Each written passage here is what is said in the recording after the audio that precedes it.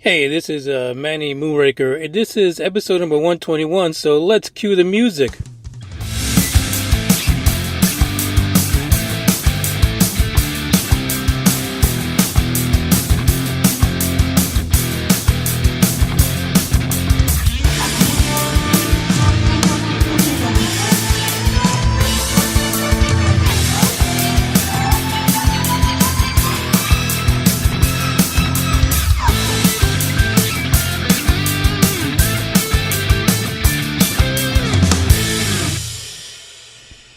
I know we're supposed to love technology, and I do for the most part, but this is like my third attempt just to get this show going.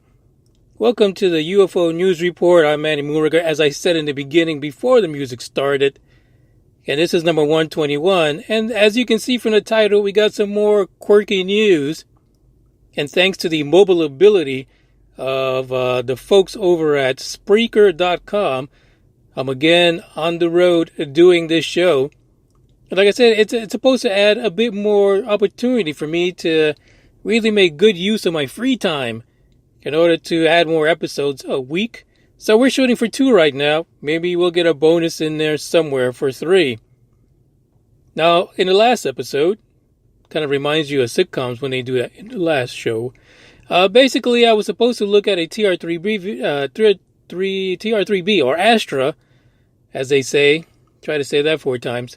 Video from the YouTube channel Look Now, but I haven't found it yet. I haven't found that video, so I got to get back to it. So in the interim, we've got 2 other stories to talk about, which I'm sure we will find entertaining.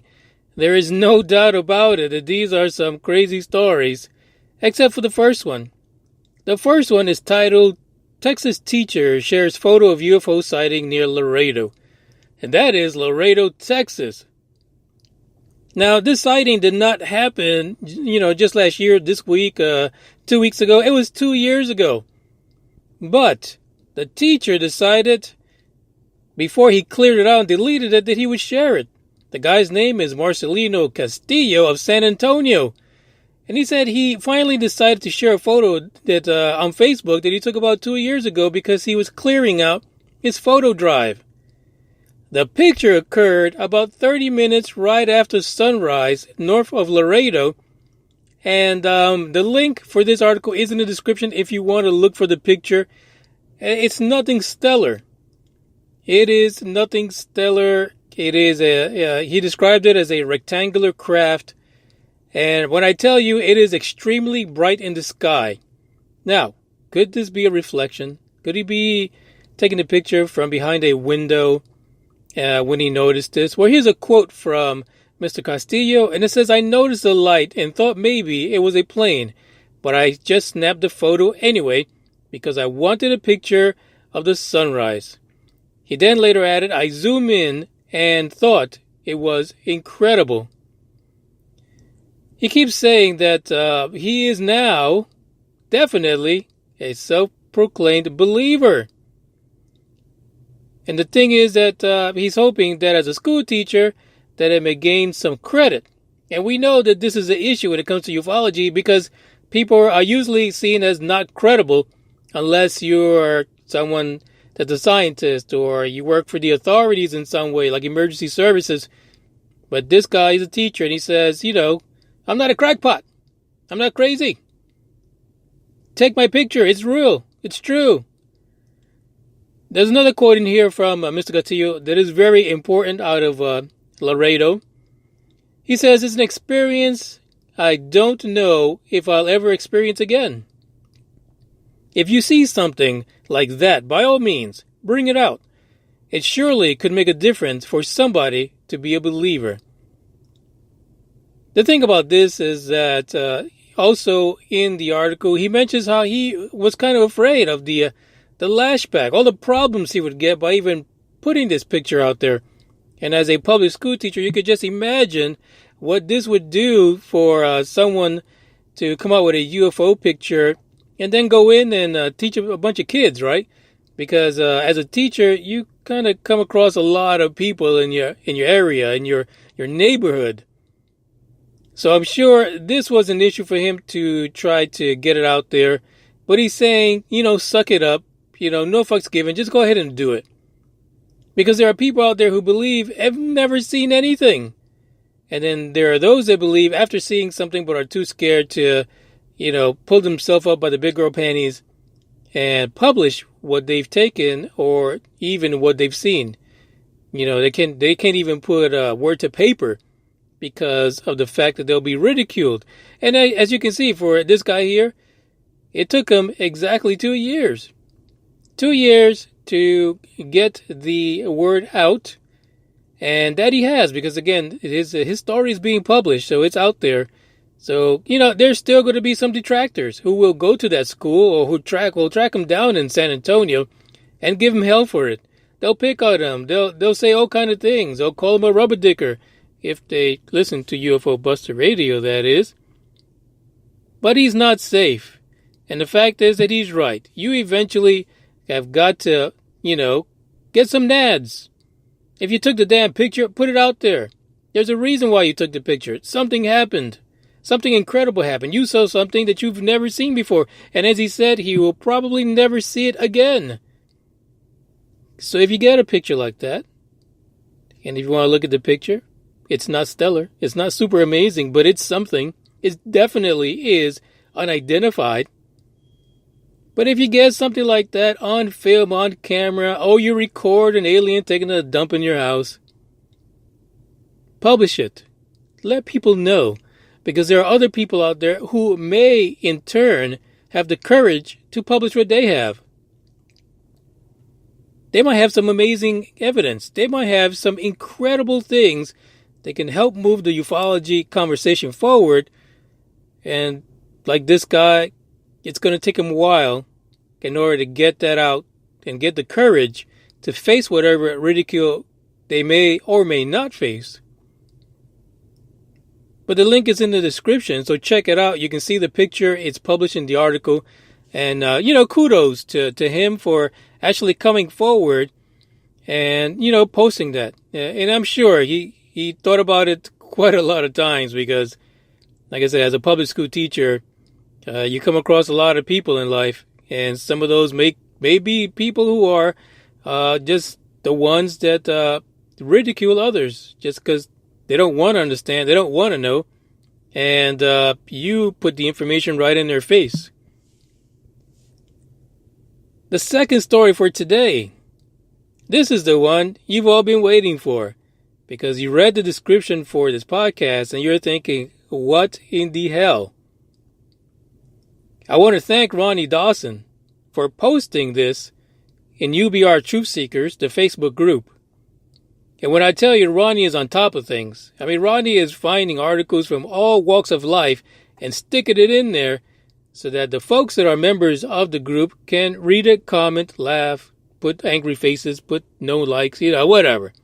You do what you want in UBR Truth Seekers. Just be nice to the people that post. Mainly, Ronnie Dawson. Ronnie put a post in here, and I believe it was today, earlier in the morning. And it was titled, Space Aliens Turned My Wife into a Toffee Crisp. Yes, I said toffee, like the candy, a toffee crisp. I'm not kidding. It turns out that a gentleman, a 62-year-old by the name of Ray Peters out of the UK, he says that his wife might have been zapped by aliens and turned into a toffee crisp.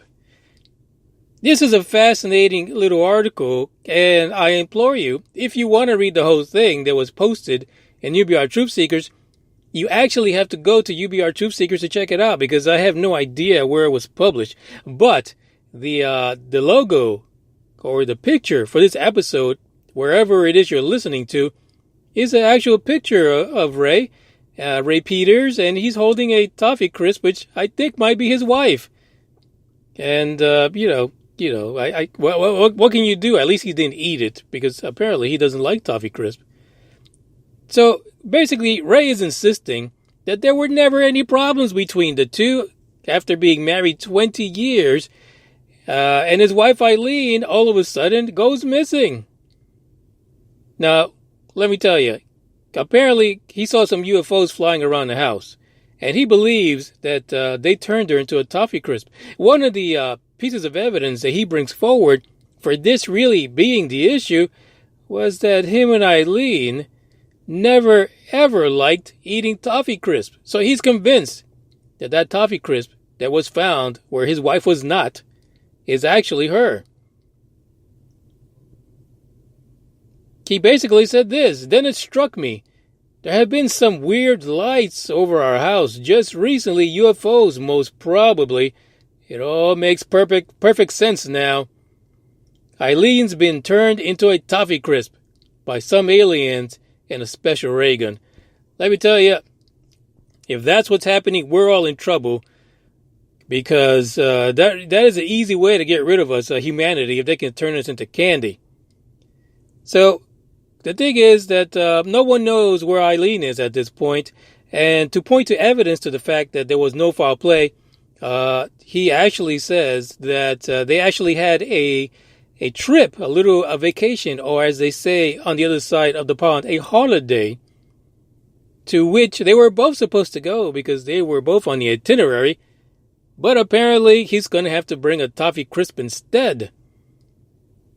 This is so weird. This is so very weird. Did she get turned into a toffee crisp? I don't know, but he better hold on to that just in case she turns back.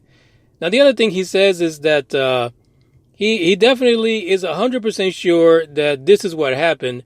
And he says, and I quote, "I was also forced to roll up the hall carpet and throw it into the sea just in case there was some radioactive blowback from their UFO." I'm sorry. Like, listen, he's thought about everything. Radioactivity, he's even cleaned the place, trying to figure out if there was any alien residue that could explain the fact that his wife Eileen got turned into this candy.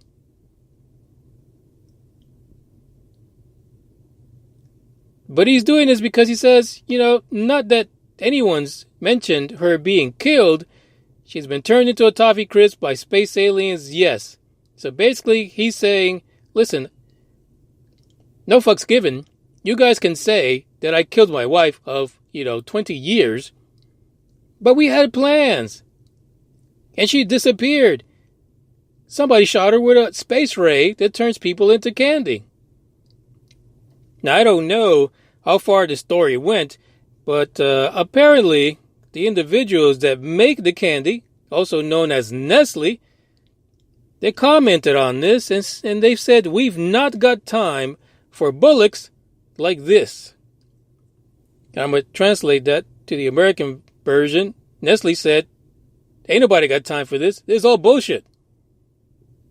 So their candy does not taste like Eileen.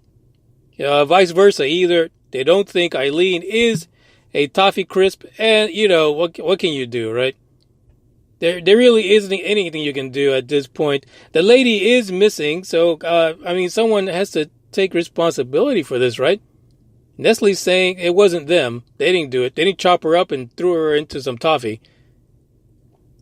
So that really is the extent of the story. Like I said, if you want to see the most of it, more of it, or whatever the entire story, join UBR Truth Seekers on Facebook and get in there and look at the other 10 million posts that Ronnie puts on there, because I'm telling you, the guy is on top of it. He's like a UFO alien research god.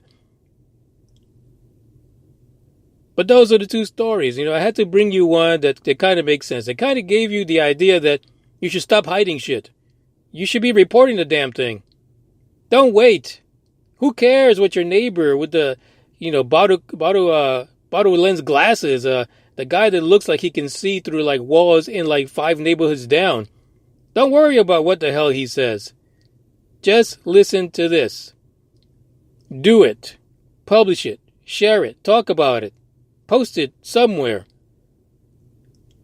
But don't turn your wife into a toffee crisp. I really hope Eileen is alive somewhere. And maybe she left that toffee crisp behind because she knows that Ray doesn't like it. Before I let you go on this episode, don't forget to follow the podcast on Twitter at UFO Buster Radio, Facebook pages Manny Moonraker and UFO Buster Radio, and at Manny Moonraker on Instagram, where apparently Bug the UFO Hunter, the Boston Terrier with an attitude, has begun to have quite the following.